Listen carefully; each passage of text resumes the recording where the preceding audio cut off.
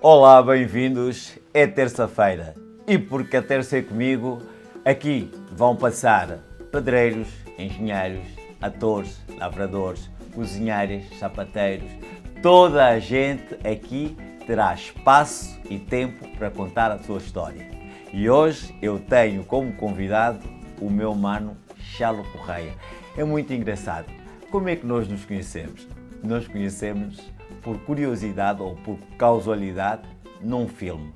Um filme italiano que se chama Amici per la Pelle. É curioso, porque Amici per la Pelle significa amigos do coração. Depois passamos a conviver lentamente e hoje somos grandes amigos. Mano Chalo, bem-vindo. Como é que Gonçalves passa a Chalo Correia? Pois é, nunca me chamaram por Gonçalves, Eu sei. Sou a professora, os professores da escola, né? Da escola Exato, primária. exato. Mas em casa, Chalo. E pronto, aliás, é com este nome que eu então agarro-me como sendo o nome próprio. Porque eu chamo Gonçalves António Correia, né? Exato. Gonçalves vem da mãe, Maria da Conceição Gonçalves, e António Correia Cristóvão, que é do meu pai. Quer dizer, não tenho. Não tem, pronto. E o Chalo... E nunca se deu o caso, por exemplo, que de vez em quando acontece comigo na família também, que é as pessoas saberem só que tu és Chalo e nunca associar ao Gonçalves. Ou seja, durante o teu crescimento todo, como é que as pessoas te tratavam na tua zona? Chalo. Sempre Chalo. Sempre Chalo. Mas é daquelas coisas, olha, o Sr. Gonçalves, devíamos ter com o Sr. Gonçalves. Quem é o Sr. Gonçalves? Ninguém conhece o Gonçalves. Pois, afinal o vizinho é Gonçalves, né? Isto.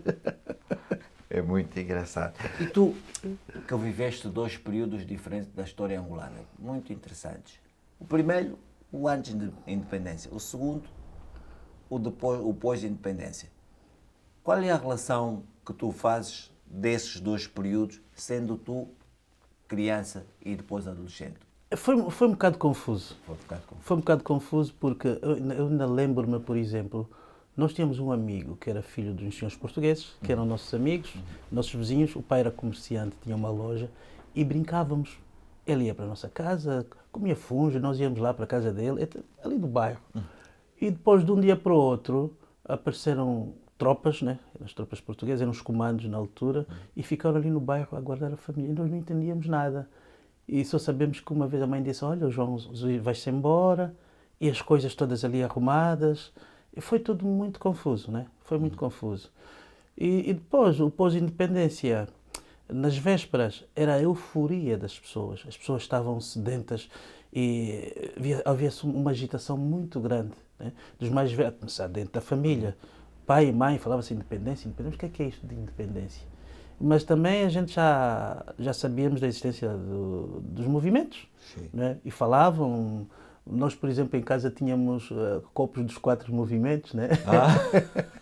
Porque era o que fosse conveniente na hora. Que eram o MPLA, a FENELA, a UNITA e... Eram dos 3 movimentos, dos três movimentos, exatamente. Né? Mas aquilo dava medo. Porquê? Porque nós, atrás da nossa casa, tinha uma base da FNLA. Mas um pouco à frente, mais ou menos perto do Mercado de São Paulo, tinha uma base do MPLA. E no final da Rua 12 tinha uma base da UNITA. A coisa interessante nisto é que nós morávamos num pátio e havia lá uma cervejaria. Quando houvesse tréguas... Encontrava... Não vou! Mas depois, 2, 3 horas, até nos cantos da parede saiu areia. Estás a ver? Tiros! Mas isso aconteceu antes da proclamação da independência ou depois? Não, isso já foi depois, porque isso foi, salvo erro, em 1976. Porque deu-se, nas vésperas da independência, tinhas o MPLA, tinhas a UNITA, tinhas as bases, os manifestantes, os associados, não é? Dos partidos, dentro de Luanda. Depois da independência, há ali uma guerra, portanto, o MPLA tinha que desalojar os outros ali a todo, porque tínhamos base em quase todos os bairros. Havia até uma que era muito importante, que era na estrada de Cateto. Foram lá incendiar aquilo, que disseram que encontraram coração, outras coisas, pronto. Sim. Enfim, né? Lembras-te, né? Sim. Pois, eu penso que isso foi em 1976, porque depois em 77 e 78 já aquilo estava... Já não havia praticamente bases da FNLA nem da UNITA dentro de Luanda. Ali depois já se deu outra marca, MAJ, que era contra os sul-africanos. Em 77? Sim. Aliás, em 76, em 75, já os sul-africanos tinham tentado entrar, né? Exato. Foi quando depois recorremos à ajuda internacionalista dos cubanos, não é? Porque enquanto tropas zairenses como mercenários vinham do norte, a África do Sul vinha para a parte do sul. Exatamente, estiveram muito perto de Luanda, né? Então, o que é para ti a palavra Cudibanguela? E o que é que simboliza dentro desse contexto todo? Cudibanguela era uma rádio interessante, porque os meus pais ouviam. E eles falavam na reconstrução. Exatamente. Que significa, precisamente, reconstrução em Quimbundo. Exatamente. E era uma rádio, eu penso que era uma rádio muito progressista e que tratava as questões políticas como devia ser uma democracia. Por isso é que depois, em 77, quando se deu a intentona, a Cudibanguela desapareceu também, né? Já vamos falar dessa intentona. Essa intentona refere-se, ao creio eu, ao 27 de maio. Exatamente. E qual foi a tua perspectiva como miúdo, porque nessa altura ainda não eras adolescente, não é? Sim, não era. Como miúdo, como é que tu viveste essa situação do 27 de maio? Porque sei que muita gente desapareceu. Sim. Tiveste algum vizinho, algum familiar, alguém próximo de ti que tenha também? Vivemos com muito medo, porque, por exemplo, depois daquele acontecimento, as tropas vieram cá para fora, nas ruas, e entravam dentro das casas das pessoas, faziam rusgas, né? Eu presenciei, ninguém me contou, ali no Sambizanga, um quarteirão inteiro, os canhões passaram por cima daquilo, porque um dos indivíduos tinha sido acusado como fraccionista, morava ali. Então, eles só pediram para as pessoas saírem, nem sequer tiraram as suas coisas. Os fraccionistas eram os opositores ao governo da altura. Então, estamos a falar do primeiro governo de Angola. De Angola, pois. E passaram por cima daquilo, um quarteirão grande, né? Passaram no meio daquilo, aquilo foi proibido durante muitos anos. Ninguém construiu lá, e construíram lá uma igreja, né? E aquela história do ODP? Não podes contar esta história? O ODP era a Organização de Defesa Popular. Então, tens uma história sobre a ODP, que a ODP fez uma mini rusga ou não te deixou ir numa festa. Essa história como é que... Podes abreviar, não precisas contá-la toda. Sim, pensou nisso, certo? A ODP eram consideradas as tropas territoriais. Exatamente. O que é que eram? Eram antigos combatentes, né? Que foram integradas naquela força como uma força paramilitar e que também faziam, digamos assim, rusgas, davam sequência ao trabalho policial. Exatamente, né? E qualquer bairro, ou a maior parte dos bairros, tinha sempre os guardas da ODP, né? E um belo dia, eu estava com a minha namoradinha à noite, tal, aos beijinhos. Era no tempo de recolher obrigatório. Estávamos num óbito. Disse, olha, vamos ficar cá fora. E os beijinhos, apareceu o guarda da ODP. Eu abraçado com a minha... Alô, camarada. Que isso?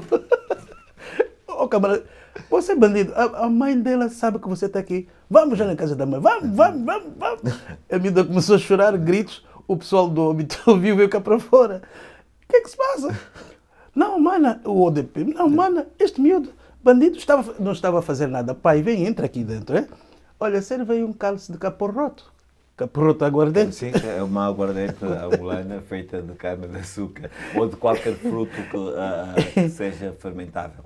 E deram ao homem, né? Pronto, deram uns kwanzas no bolso. E eu, pronto, mas você também, afinal, é bom rapaz, é? Ou seja, e tem histórias também dramáticas, né? Porque essa história acabou bem, mas houve casos também de mortes, porque as pessoas tinham medo. Quando fossem mandadas parar, fugiam, claro. E eles disparavam. E em Luanda tem histórias histórias tristes, né? E o que é que tu me dizes sobre as pessoas que eram apanhadas na rusga, que iam para a tropa, muitas vezes os familiares não sabiam? Eu fui apanhado umas vezes. Também foste enviado. Não tive, tive sorte. Mas foste parar muitas vezes. Fui parar no centro de recolha, que eram os adidos. Os adidos. Que era Olha, frente, que por acaso era perto da minha casa. perto da tua casa, em frente à antiga Força Aérea, não é? Exatamente. Exatamente. Eu tinha na altura que tinha 15 ou 16 anos.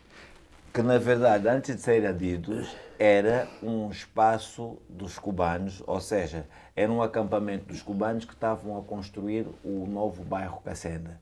E acabou, depois da ida embora dos cubanos, acabou por ser um espaço de...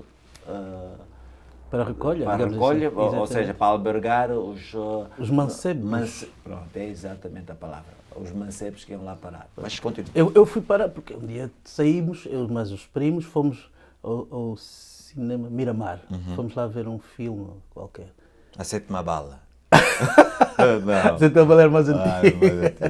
Epá, ao sair estava ali o carro da tropa. Vá, meninas por um lado, podem sair as meninas, todos os rapazes aqui eram adolescentes. Pois. Né?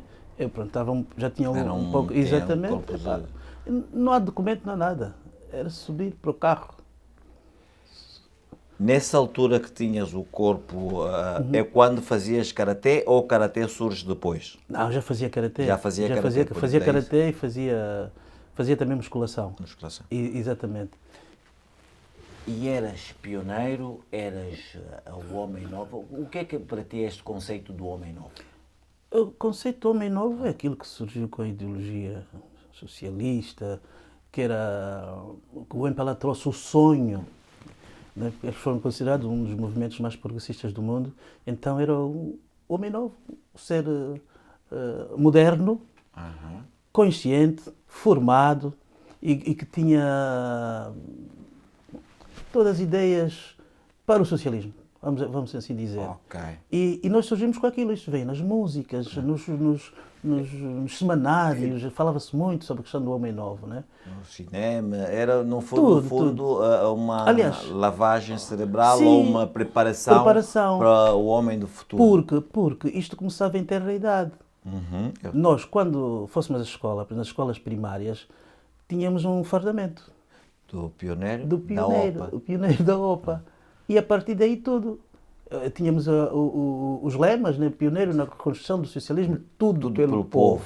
Lembra disso? Lembro. Pioneiro de Agostinho Neto na construção do socialismo, tudo pelo povo. E metíamos assim a mão. Exatamente. Depois dizíamos os 5 continentes, dizem não sei qual. E a presença do líder era constante, era onipresente. Exato. Né? Então era muito pesado aquilo, é muito forte, muito pesado. Né?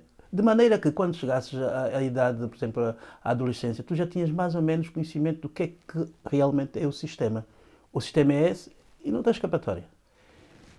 E é dali que tu refugiavas-te nos centros culturais, ou refugiavas-te só no carnaval, ou eras um encanqueiro? Era um subversivo assim. Discreto. Encanqueiro eram os miúdos que deambulavam pela cidade em busca de qualquer coisa para colecionar. Exatamente. Mas vamos por partes. Primeiro, essas tuas frequências pelos pelos centros recreativos. Dancing foi depois, não é? Exatamente. Pelos centros culturais, recreativos. Que normalmente só os mais velhos é que frequentavam. Mas este rapaz, sendo curioso, também esgueirava-se de lá de vez em quando. Fala-me lá disso. O que é que era? Eu tinha uns amigos no Marçal, que eram irmãos mais velhos de um colega meu, que a minha mãe tinha total confiança. E, entretanto, eles iam pedir à minha mãe para eu ficar, passar o final de semana com eles em sua casa, no Marçal. Ora, pronto, e eles são muito fixos, então eu ia com meus amigos na companhia dos irmãos mais velhos.